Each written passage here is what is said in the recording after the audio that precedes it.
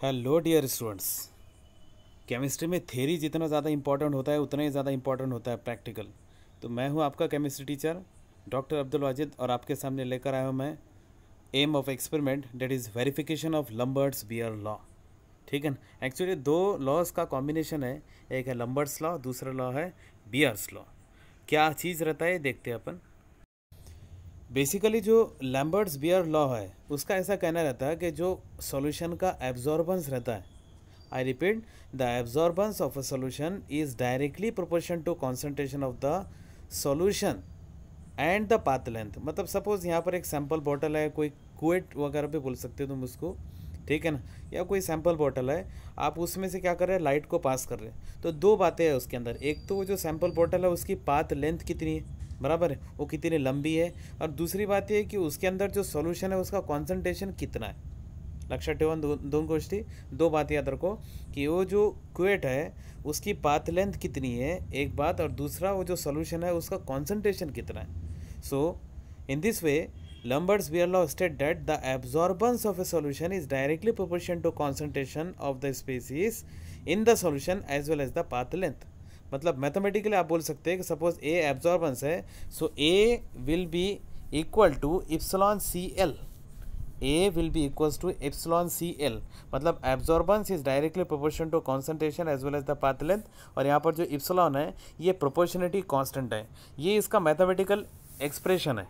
ठीक है ना, क्या है इसका मैथमेटिकल एक्सप्रेशन है, जहाँ पर इप्सिलॉन को एक कांस्टेंट कहते हैं और इसको कहते हैं मोलर एक्सटिंक्शन कोएफिशिएंट कहते हैं। इसको क्या कहते हैं, या सिंपल एक्सटिंक्शन कोएफिशिएंट कहते हैं, where absorbance is directly proportional to concentration of the solution as well as directly proportional to the path length।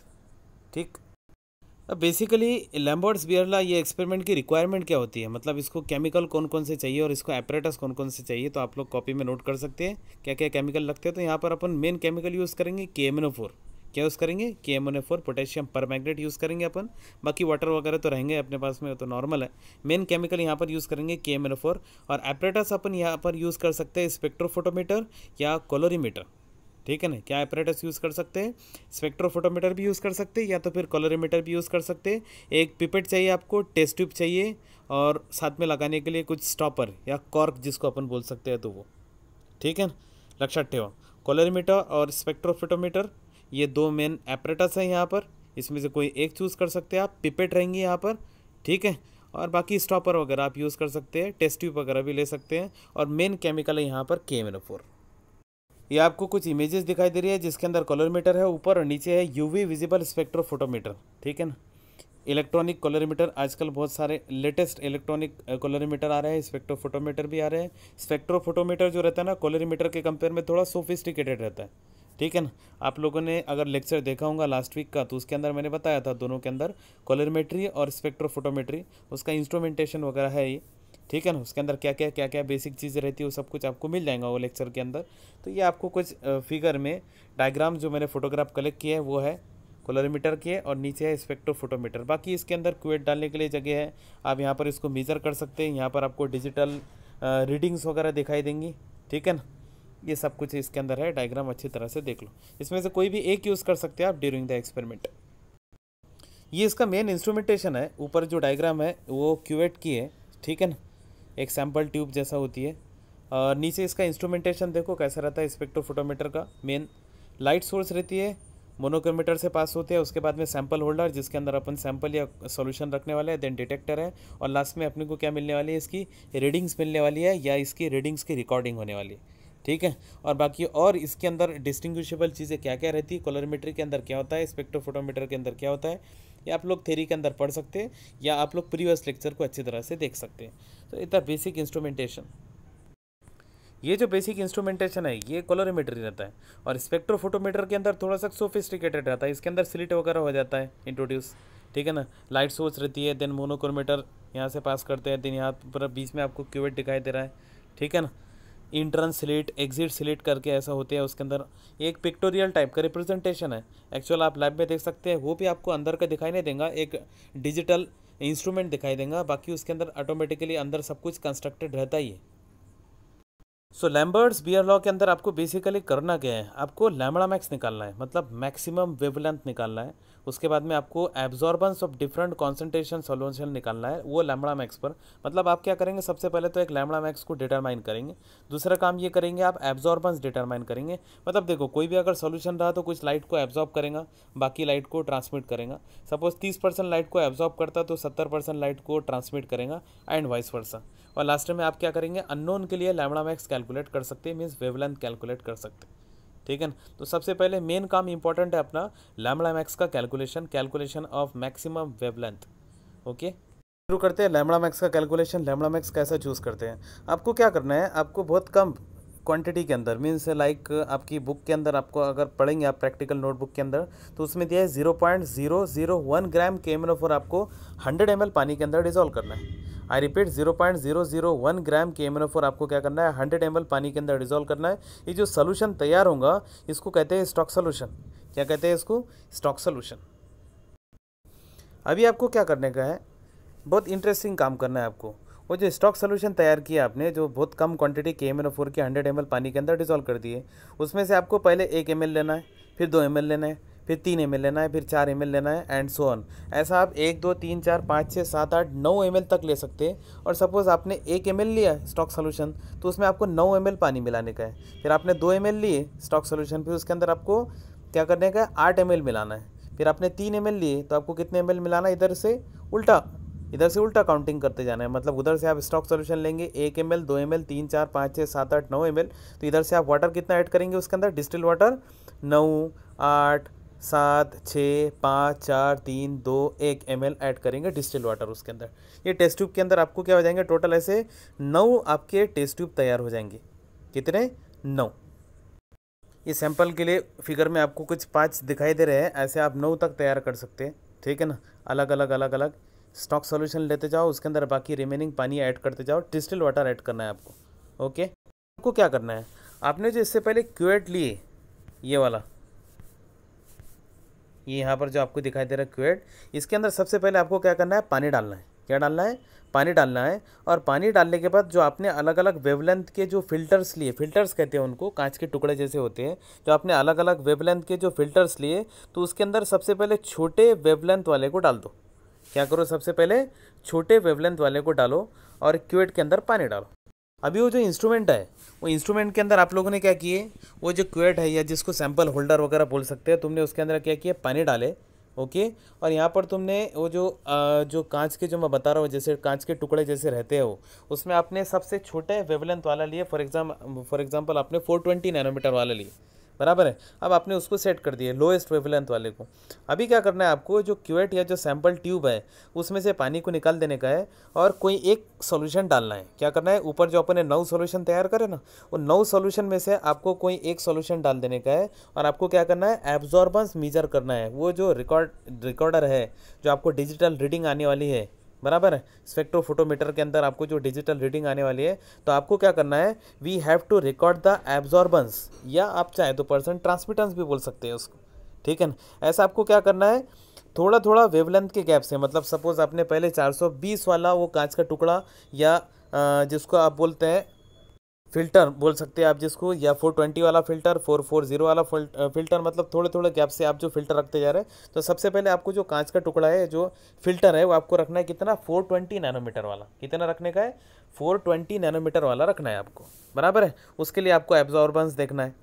Okay, फिर आपको क्या करने का है, 440 के लिए एब्जॉर्बेंस देखना है, फिर 490 के लिए एब्जॉर्बेंस देखना है। ऐसा आप सबके लिए क्या कर सकते हैं, आपका सॉल्यूशन सेम है, लक्षात ठेवा, आपका सॉल्यूशन सेम है। आपने सपोज सॉल्यूशन नंबर 1 लिए, जिसके अंदर आपने 1 ml स्टॉक सॉल्यूशन लिए थे और बाकी 9 ml आपने उसके अंदर पानी मिक्स करे थे, बराबर। तो आपका सॉल्यूशन सेम है और आप क्या कर रहे हैं, वेवलेंथ अलग अलग चेंज कर करके एब्जॉर्बेंस कैलकुलेट कर रहे हैं। ओके, तो आपको जो ग्राफिकल रिप्रेजेंटेशन मिलेगा वो कैसा मिलेगा पता है क्या, वो इस टाइप में आपको ग्राफिकल रिप्रेजेंटेशन मिलेगा। इधर रहेंगे आपकी वेवलेंथ और इधर रहेगा आपका एब्जॉर्बेंस। ठीक है ना। याद रखना, हमने सॉल्यूशन को सेम रखा है और सॉल्यूशन सेम रखने के बाद अपन अलग अलग वेवलेंथ पर एब्जॉर्बेंस चेक कर रहे हैं, तो ग्राफिकल रिप्रेजेंटेशन आपको कुछ इस टाइप का मिलेगा। तो यहाँ पर आपको एक एब्जॉर्बेंस मिला, ये जो एब्जॉर्बेंस है यहाँ पर आपको मैक्सिमम मिल रहा है, ये दिख रहा है। वाई एक्सिस पर आपने क्या लिए, एब्जॉर्बेंस लिए, एक्स एक्सिस पर क्या है, यहाँ पर वेवलेंथ है।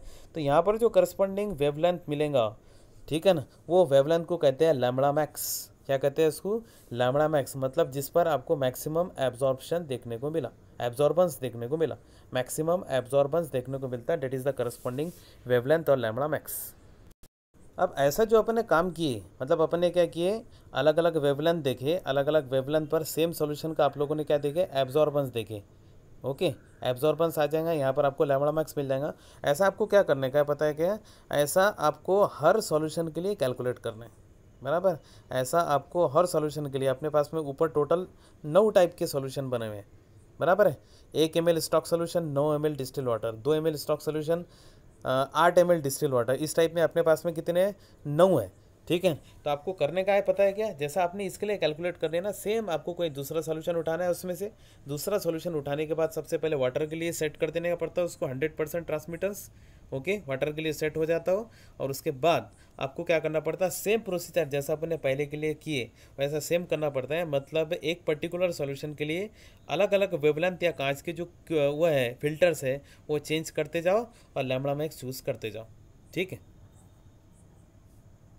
समझने के लिए यहाँ पर फिर एक टेबल दिखाया मैंने, यहाँ पर देखो टेस्ट ट्यूब है, यहाँ पर समझने के लिए 6 ही लिया मैंने, ठीक है ना। और पहले जो सॉल्यूशन अपने पास में तैयार हुआ, क्योंकि सॉल्यूशन कुछ ना कुछ मोलारिटी का तैयार होगा, XYZ जो भी उसकी मोलारिटी तैयार रहेंगी, तुम जितना ग्राम KmRO डिजोल्व करेंगे पानी में उसके हिसाब से उसकी मोलारिटी वगैरह आएंगी। तो सपोज स्टार्ट का यहाँ पर 0 और 10 लिया हुआ है, उसको छोड़ दो। दूसरा देखो, दूसरे के अंदर 2 ml स्टॉक सॉल्यूशन लिया हुआ है और 8 ml उसके अंदर डिस्टिल वाटर डाला हुआ है। दूसरा एग्जाम्पल देखो, 4 ml स्टॉक सॉल्यूशन और 6 ml डिस्टिल वाटर, मतलब ऐसा दोनों का जोड़े का कॉम्बिनेशन आपको 10 करना है। इस टाइप में आपने कॉम्बिनेशन लिए, उनका जो भी कॉन्सेंट्रेशन बनेगा वो कॉन्सेंट्रेशन अपन कैलकुलेट कर सकते, what ever the given concentration. और हर एक पर्टिकुलर कॉन्सेंट्रेशन के लिए आपको यहाँ पर क्या मिलेंगे, एब्जॉर्बेंस मिलते जाएंगे, बराबर है। यानी नेक्स्ट आपका जो ग्राफिकल रिप्रेजेंटेशन रहेगा वो रहेगा बिटवीन एब्जॉर्बेंस एंड कॉन्सेंट्रेशन। किस किस के बीच में रहेगा जो ग्राफ रहेगा नेक्स्ट, पहला ग्राफ किस किस के बीच में आया था, एब्जॉर्बेंस और वेवलेंथ के बीच में आया था, लक्षात ठेवा। पहला ग्राफ किसके बीच में आया था, एब्जॉर्बेंस और वेवलेंथ के बीच में आया था। दूसरा ग्राफ किसके बीच में आएगा, एब्जॉर्बेंस और कॉन्सेंट्रेशन के बीच में, ठीक है। ये देखो यहाँ पर आपको ग्राफिकल रिप्रेजेंटेशन दिखाई दे रहा। आप क्या करेंगे, एब्जॉर्बेंस देखते जाएंगे, कॉन्सेंट्रेशन नोट करते जाएंगे।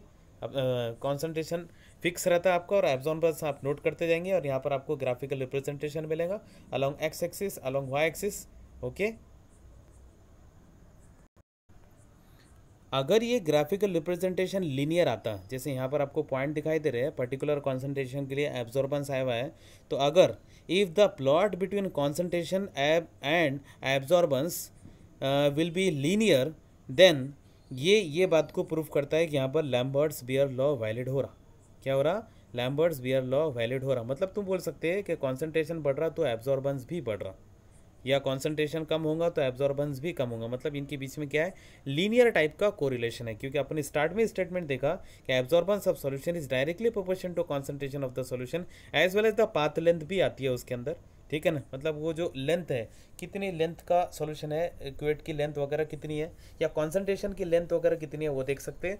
तो यहाँ पर मेन फोकस जो अपन करे कॉन्सेंट्रेशन वर्सेस एब्जॉर्बेंस। अगर ये ग्राफिकल रिप्रेजेंटेशन लीनियर है then you can say that Lambert's Beer law is valid. थोड़ा आपको 2-3 बार देखना पड़ेगा समझने के लिए, क्योंकि एक्सपेरिमेंट थोड़ा सा देखने से और ज़्यादा अच्छी तरह से समझ में आता है। आपके समझने के लिए मैंने स्टार्ट में कुछ डायग्रामेटिकल रिप्रेजेंटेशन रखा हूँ।